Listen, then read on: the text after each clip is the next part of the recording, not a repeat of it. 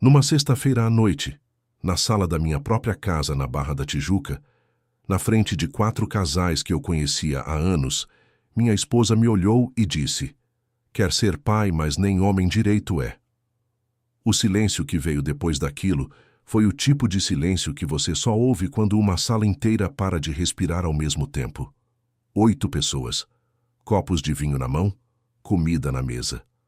Uma noite que tinha começado normal e que em menos de 30 segundos virou outra coisa completamente.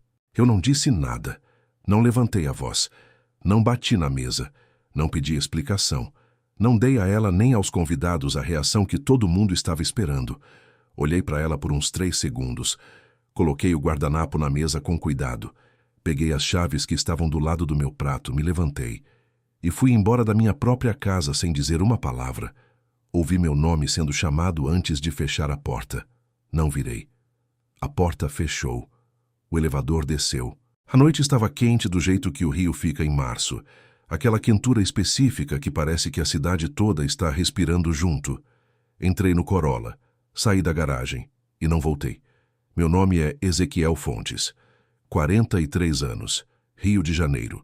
Fundador da Fontes Vet. Rede de clínicas veterinárias com unidades em Barra da Tijuca, Botafogo, Tijuca e Niterói. 8 anos de operação. 230 funcionários. Faturamento que meu contador prefere discutir em ambientes fechados. Sou o tipo de homem que as pessoas descrevem como tranquilo, quando querem ser gentis e sem reação quando não querem. Aprendi cedo que homem que não reage na hora não é homem sem resposta. É homem que escolhe quando e como responder. Naquela noite de março, eu escolhi. Andria Fontes, minha esposa cardiologista num hospital particular em São Paulo, onde trabalhava 3 semanas por mês, mulher que eu escolhi 8 anos antes numa praia em Búzios, numa tarde de setembro, onde nenhum dos dois tinha plano nenhum, havia cruzado uma linha que não tem volta. Não porque eu sou orgulhoso, não porque não aguento crítica, porque tem coisas que um homem não esquece, não porque não quer, mas porque ficam gravadas de um jeito que não tem como apagar. Quer ser pai, mas nem homem direito é, na frente de 8 pessoas, na minha própria casa. Sobre o desejo mais honesto que eu tinha. Ela pensou que era uma briga, pensou que eu ia voltar, pensou que no dia seguinte a gente ia sentar, conversar, resolver, seguir em frente como sempre tinha feito. Errou. Se inscreve no canal agora, deixa o joinha. Aqui no canal a gente não passa pano. Toda semana uma história nova de quem decidiu reagir do jeito certo. Me fala nos comentários de onde você está assistindo. Quero saber, fica comigo. Essa história vai até o fim. Em 2008, com 26 anos, saí de um emprego de analista financeiro numa corretora no centro do Rio com uma certeza e sem plano nenhum. A certeza era que eu não ia passar os próximos 30 anos fazendo o que estava fazendo. O plano viria depois. Veio 6 meses depois, de um lugar que ninguém esperava. Minha cachorra Nina, uma vira-lata que eu tinha resgatado com 2 meses de vida, precisou de uma cirurgia de emergência. Passei 16 horas numa clínica veterinária em Botafogo, esperando o resultado. Conversei com o veterinário por horas. Observei a estrutura, o atendimento, a relação entre os donos dos animais e a equipe. Saí de lá com a Nina recuperada e com uma ideia que não saiu mais da cabeça. Em 2010, abri a primeira Fontes Vet em Botafogo. Sala pequena, 2 veterinários contratados. Eu na recepção nos primeiros 6 meses porque não tinha dinheiro para contratar mais ninguém. Cresci devagar, com método. Em 2015, a Fontes Vet tinha 3 unidades e uma reputação construída cliente por cliente, animal por animal, sem propaganda e sem atalho. Naquele mesmo ano, o doutor Oswaldo Braga, indicação de um amigo, elaborou nosso contrato societário com minha sócia minoritária, minha prima Letícia, que cuidava da área administrativa. Cláusulas que pareciam exageradas na época e que eu agradeci cada vez que precisei delas depois. Conheci Andria em setembro de 2015, numa praia em Búzios. Ela estava sozinha numa cadeira lendo um livro grosso de medicina. Eu estava sozinho numa cadeira do lado, tentando ler um livro que claramente não ia acabar naquele fim de semana. Ficamos 3 horas conversando, sem perceber que o sol tinha ido embora. Era inteligente, direta, com aquele jeito específico de quem passou anos estudando coisa difícil e aprendeu a simplificar o que precisa ser simplificado. Namoramos por 2 anos. Casamos em novembro de 2017. Cerimônia pequena no Rio. 70 pessoas. Simples. Do jeito que eu queria e que ela aceitou sem reclamar. Os primeiros 4 anos foram bons do jeito que anos bons são. Sem drama, sem evento específico que você lembra. Só a soma de coisas pequenas que fazem uma vida funcionar. O problema começou quando a carreira dela acelerou. Em 2021, ela foi convidada para integrar a equipe de cardiologia de um hospital particular em São Paulo. Referência nacional, proposta que qualquer médico da área aceitaria sem hesitar. Aceitou. A gente conversou. Decidimos juntos que ela ficaria em São Paulo 3 semanas por mês e voltaria para o Rio na quarta. Funcionou por um tempo. Depois parou de funcionar. Ela voltava diferente. Não diferente de viagem, diferente de posicionamento. Como se São Paulo tivesse confirmado algo que ela já suspeitava sobre si mesma e sobre mim. Começou a fazer comparações, sutis no início. O marido da colega que era cirurgião, o apartamento que um conhecido havia comprado na Vila Nova Conceição, a carreira de alguém que tinha feito MBA no exterior. Eu ouvia, não comentava. Depois as comparações ficaram menos sutis. Você nunca quis crescer de verdade, ela disse numa noite de outubro de 2023, depois de um jantar onde eu tinha recusado uma proposta de expansão apressada que não fazia sentido financeiro. Cresci do jeito que faz sentido, eu disse. Ela não respondeu. Foi pro quarto. Anotei. Não esqueci. Em 2024, a Fontes Vet abriu a 4ª unidade em Niterói. Faturamento recorde, equipe de 230 funcionários. Uma empresa que eu tinha construído do zero com as próprias mãos em 14 anos de trabalho silencioso. Mas, para Andria, eu continuava sendo o marido que criava a clínica veterinária enquanto ela salvava corações. Em março de 2025, ela organizou um jantar em casa. 4 casais, vinho importado, mesa bem posta, a versão social dela, articulada, simpática, presente de um jeito que eu havia deixado de ver no dia a dia. Eu fiz a comida. Fiz isso porque gosto de cozinhar e porque sempre fui eu quem cozinhava nos jantares de casa. A noite começou bem, até não começar mais. O assunto de ter filhos surgiu por volta das 10 da noite. Foi o Felipe quem trouxe, sem intenção nenhuma, do jeito que assuntos pesados aparecem em jantares quando o vinho já fez 2 giros na mesa. Ele e a Renata estavam esperando o primeiro filho. Falavam com aquela energia específica de casal que acabou de descobrir uma notícia boa e que ainda não se cansou de contá-la. Parabéns. Brinde. Sorrisos. Aí a Priscila olhou para mim e para Andria com aquele sorriso de quem está fazendo uma pergunta que acha inocente. E vocês? Quando vem o de vocês? Silêncio de 2 segundos. Eu sorri. A gente ainda está conversando sobre isso. Era verdade. Tínhamos conversado. Várias vezes. Eu queria. Ela postergava. Sempre um motivo novo. Sempre um momento melhor que nunca chegava. Eu havia aprendido a não pressionar porque pressionar não resolve nada e porque achava que o tempo ia fazer o trabalho. Andria colocou o copo de vinho na mesa. Ezequiel quer. Eu acho que a gente precisa resolver outras coisas primeiro. Tom neutro, educado. O tipo de resposta que fecha o assunto sem drama. Márcio tentou mudar o assunto. Eu deixei mudar, mas Andria não deixou. Na verdade, ela disse. E eu reconheci o tom antes de ela terminar a frase. Aquele tom específico de quando ela havia decidido dizer algo e não havia mais volta. Eu acho que a gente precisa ser honesto. O Ezequiel quer ser pai, mas a gente precisa ver se ele tem estrutura para isso. Silêncio. Márcio olhou para o copo. Priscila olhou para a mesa. Felipe e Renata trocaram um olhar rápido. Dona nenhuma. O tipo de silêncio que uma sala faz quando percebe que entrou numa conversa que não deveria estar tendo. Andria, eu disse baixo. Ela não parou. Não é crítica, é realidade. Clínica veterinária não é o mesmo que construir uma carreira de verdade. Filho, Precisa de pai presente e estruturado. E... Andrea. E eu acho que você sabe disso também. Só não quer admitir porque... Andrea. Ela parou, me olhou e então disse, devagar, claramente, na frente de 8 pessoas: quer ser pai, mas nem homem direito é. O silêncio que veio depois foi diferente de todos os outros silêncios daquela noite. Era o tipo de silêncio que acontece quando uma sala inteira entende que acabou de presenciar algo que não tem como ser desfeito. Eu fiquei olhando para ela por uns 3 segundos, não com raiva, não com tristeza, com aquela clareza fria e absoluta de quem acabou de receber a informação que precisava e que agora sabe exatamente o que fazer com ela. Coloquei o guardanapo na mesa, dobrado, com cuidado. Peguei as chaves que estavam do lado do meu prato. Me levantei devagar. Ezequiel, ela disse. Não respondi. Fui até o corredor. Peguei o casaco que estava pendurado na entrada. Abri a porta. Ezequiel, para. A porta fechou.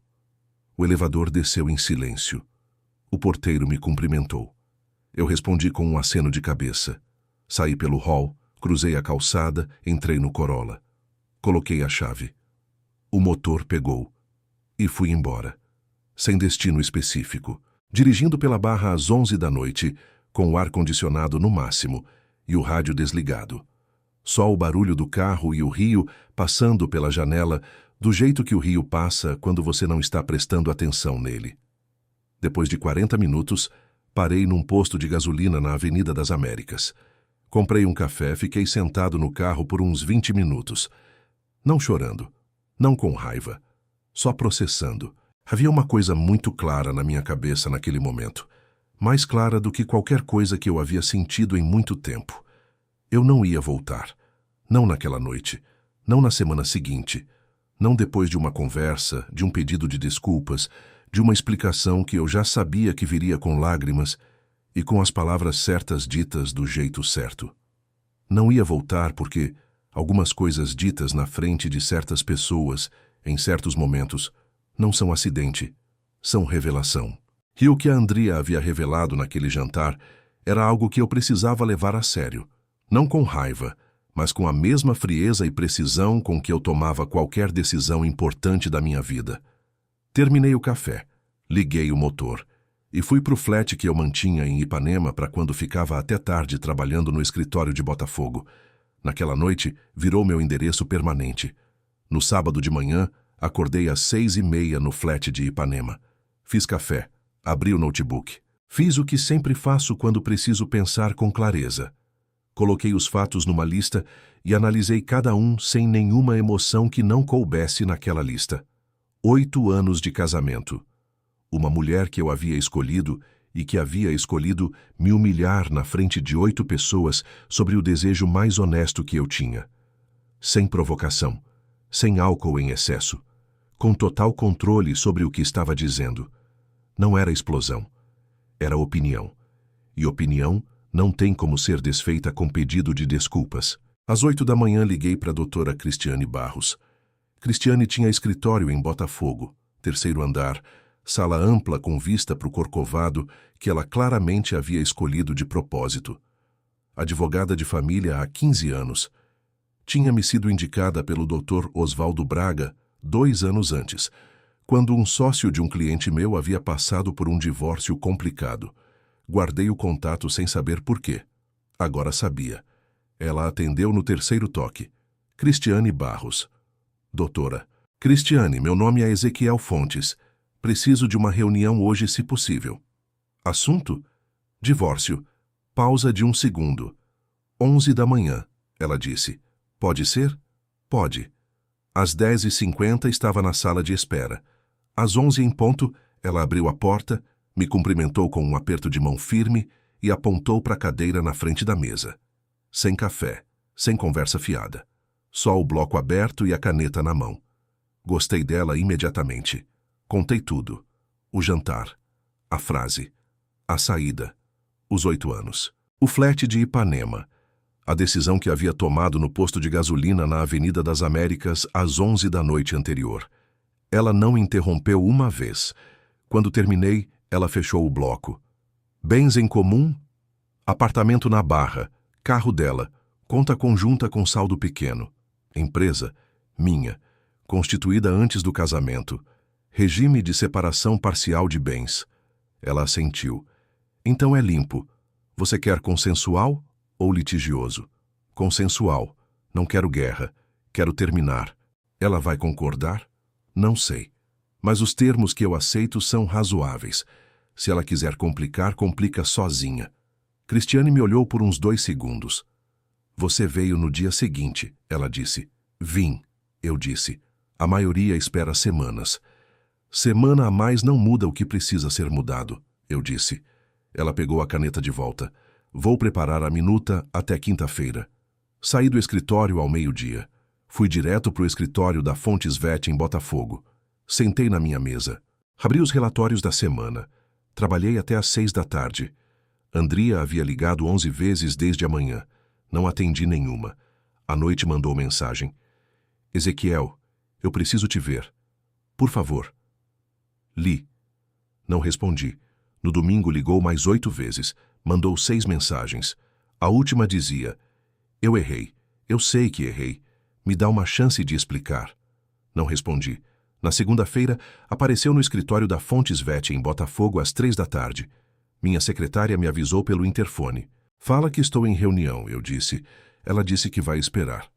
Pode deixar esperar. Ela esperou 2 horas na recepção. Saí pela entrada de serviço. Na terça, ela mandou flores para o escritório com um cartão que eu li e joguei no lixo sem terminar. Na quarta, a Cristiane me enviou a minuta do divórcio.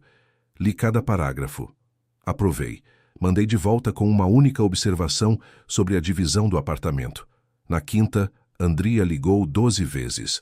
Bloqueei o número. Bloqueei o e-mail pessoal. Bloqueei todas as redes. Pedi para minha secretária filtrar qualquer contato que viesse pelo escritório. A família dela apareceu no sábado seguinte. Dona Cláudia chegou primeiro. Expressão de avó que veio resolver o que a filha estragou. Aquela mistura específica de preocupação genuína e defesa incondicional que só mãe consegue sustentar ao mesmo tempo. Moisés veio logo atrás com os ombros tensos de quem praticou o discurso no caminho. E a tia Sueli, que ninguém havia convidado, mas que nunca na vida perdeu uma crise familiar, chegou com uma caixa de brigadeiro como se fosse visita social. Não abri a porta do flat. Dona Cláudia tocou a campainha 4 vezes. Depois deixou uma carta embaixo da porta. Li. Era sincera. Era dolorosa do jeito que carta de mãe é quando ela ainda não entende o que a filha fez de verdade. Dobrei. Guardei numa gaveta. Não respondi. Moisés mandou mensagem no celular que ele tinha do meu número antigo, o único que eu havia esquecido de bloquear. Cara, a Andria tá destruída. Você não precisa fazer isso. Bloqueei o número. Fui dormir. A tia Sueli não tentou contato nenhum. Provavelmente comeu os brigadeiros no caminho de volta. Na segunda-feira seguinte, Andria conseguiu falar com o Márcio, meu amigo de longa data que esteve no jantar e que havia presenciado tudo. Márcio me ligou naquela noite. Ela me pediu para falar com você, ele disse. Márcio, eu sei, só tô cumprindo o recado, ela tá mal. Eu ouço isso, eu disse. E entendo, mas não muda nada. Silêncio curto. Tá bom, ele disse.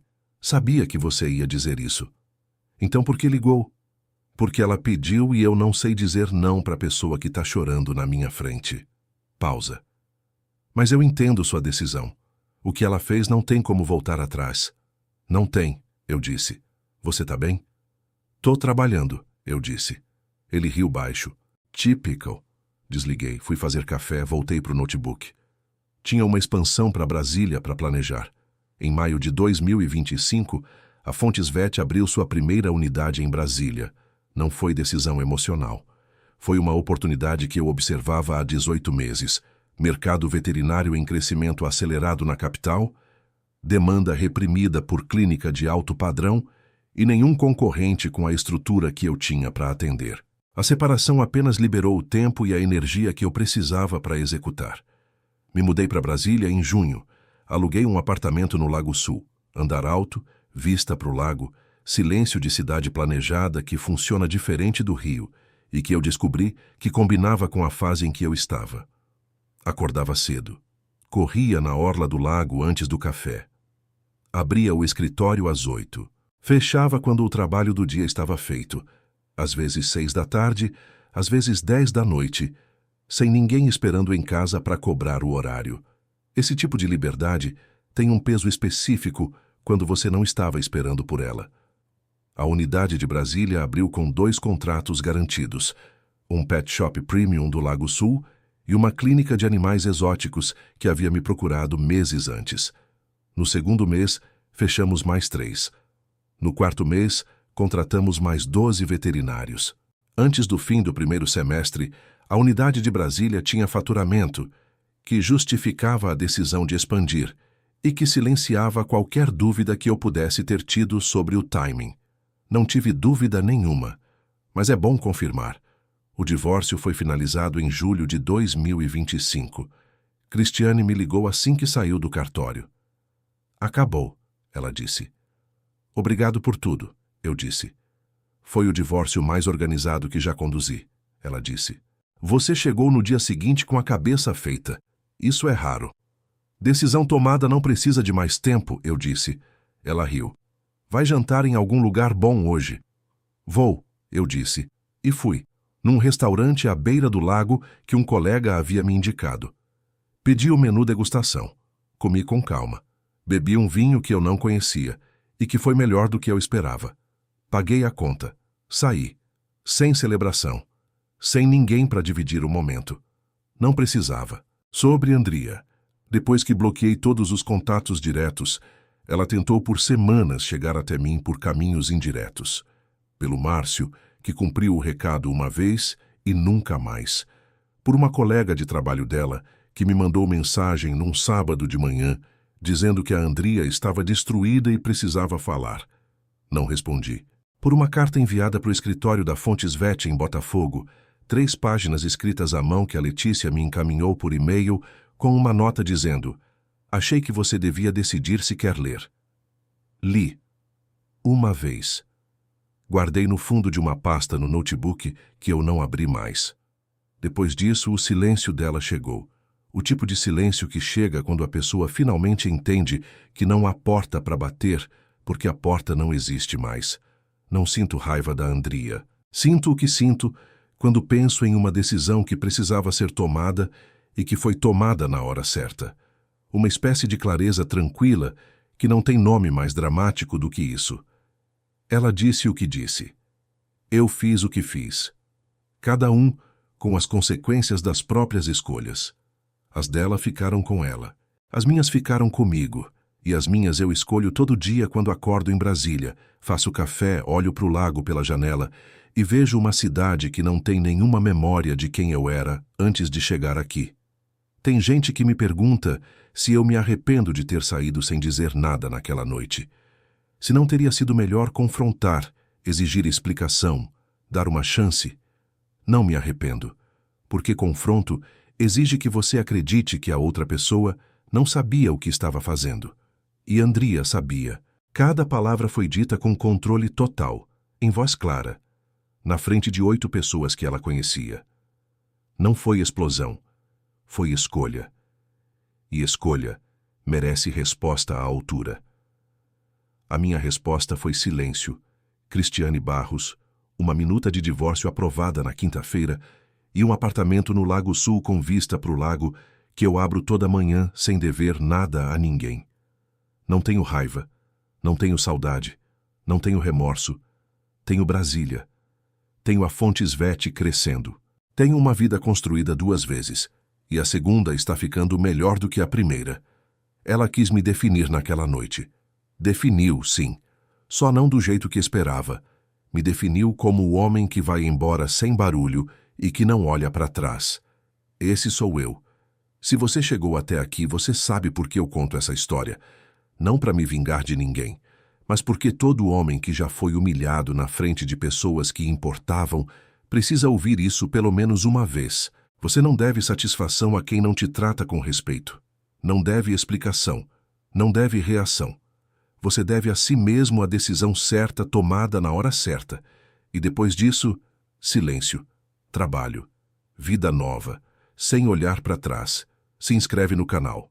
Deixa o joinha. Me fala nos comentários. Qual foi o momento que mais te impactou nessa história?